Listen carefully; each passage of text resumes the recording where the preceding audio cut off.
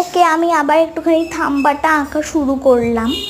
ঠিক আছে, এখান দিয়ে যেহেতু শুরু হয়েছিল, আগের পার্টটা না চলে এসছে, কিছু মনে করো না।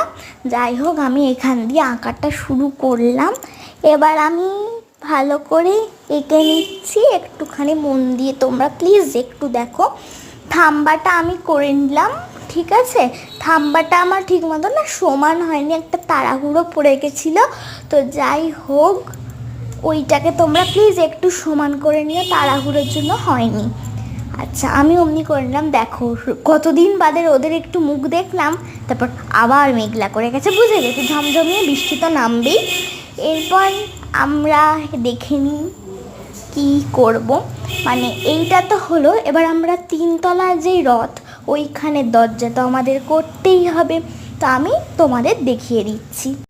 তো আমি এবার এখান দিয়ে দরজাগুলো করে নিচ্ছি। আমি আশা করছি তোমরা যদি ঠিক করে অনেক ধৈর্য নিয়ে আঁকাটা করো, আমি জানি তোমরা আমার থেকেও অনেক সুন্দর করে আঁকাটা কমপ্লিট করতে পারবে।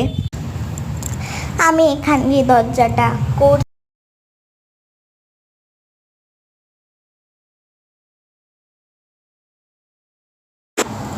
ওকে, এবার আমি এখান দিয়ে জগন্নাথ দেবের ধ্বজাটা করছি। তোমরা তো নিশ্চয়ই আশা করি শুনেছো খবরে কীরম জগন্নাথ দেবের ধ্বজাটাকে নিয়ে ছড়াছড়ি পড়ে গেছিলো।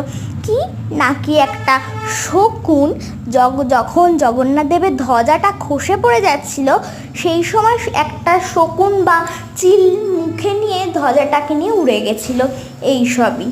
যাই হোক, এবার আমি চাকাটা করি।